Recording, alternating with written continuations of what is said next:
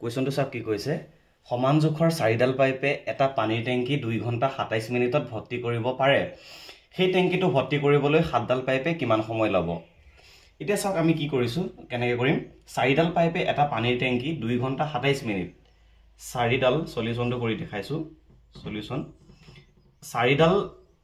পাইপে এটা পানীৰ টেংকি 2 ঘণ্টা 27 মিনিটত ভৰ্তি কৰিব পাৰে 2 ঘণ্টা 27 মিনিট মানে আমাৰ হৈ যাব কিমান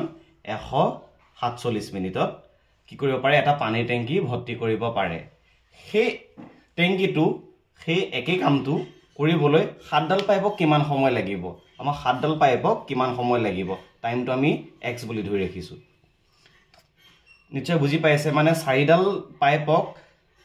পানীৰ টেংকিটো ভৰ্তি কৰিবলৈ 147 মিনিট লাগে আৰু সেই একেটা টেংকি যেহেতু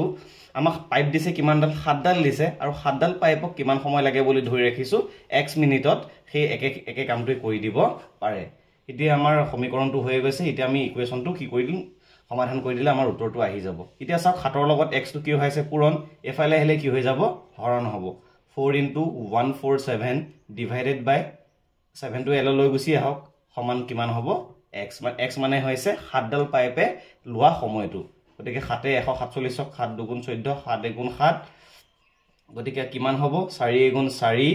4 2 * 8 84 মিনিট সময় ল'ব আমি গম পাইছো x মানে কিমান 84 মিনিট এটা 84 মিনিটত কিমান ঘন্টা এত চাওক কিমান ঘন্টা কিমান মিনিট হ'ব যেহেতু 60 মিনিটত 1 ঘন্টা হয় গতিকে 84 মিনিট সমান কিমান হ'ব 1 ঘন্টা আৰু কিমান মিনিট হ'ব